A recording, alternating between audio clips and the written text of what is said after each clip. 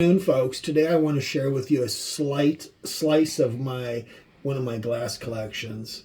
This is referred to as uranium glass, but it's also referred to as, we get a little bit more specific when I talk about Vaseline glass. But let's first shine a little light on uranium glass. First created in Europe, in Bohemia, which is present day the Czech Republic, 1830s, 1840s. And back then what they were doing predominantly was utilitarian, stemware, vases, things of that nature. It came to this country, it was very, very popular. And so what transpires with uranium glass is uranium glass can be found in a variety of things. It can be green depression glass, it can be in slag glass, it can be in a numerous colors of glass. I've seen peach colored glass that's uranium, or I'm sorry, that glows because of the uranium deposit that's in it.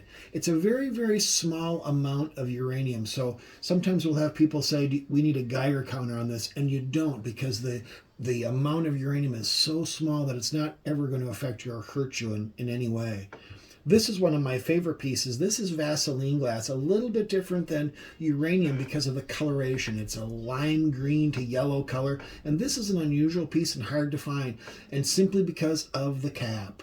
9 times out of 10, when you see this piece, you always see it in this fashion right here, and this cap is long, long gone. This is a marmalade jar made in Europe, in London, probably about 1870. Really, really nice panelized piece.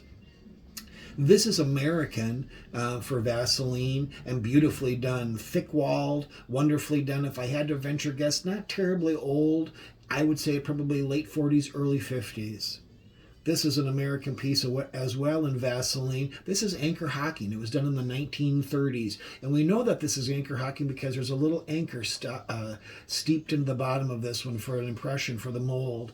Wonderfully done again, and really, really good color and depth of color. And then this little fox is more than likely American. And I say this, the giveaway is, if it were European, that would be solid on the bottom. And this has got a little bit of open work on it. And that's the Americans being a little crafty and think they're going to save some money. When these pieces, and folks come into the store with a little black light, these pieces fluoresce crazy. And that's the Vaseline, that's the charm of Vaseline, I think. On top of the pieces and the way in which they're made in the various forms, they just glow intense, and it's just an incredibly gorgeous color. And that's all the uranium from that perspective and that glass, and that's how you get that wonderful color. But I want to show you this too, because unlike Vaseline, which is that limey green yellow color, this is another nifty piece. This is cut glass, and it's in green, and it's European, more than likely English. But this too, with the black light, glows beautifully. So it can be found in a variety of colors, this glowing sensation from the uranium added to the glass.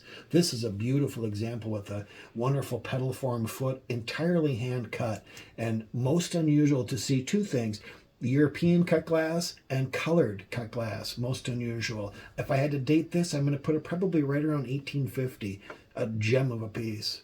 On that note, we'll see you guys tomorrow.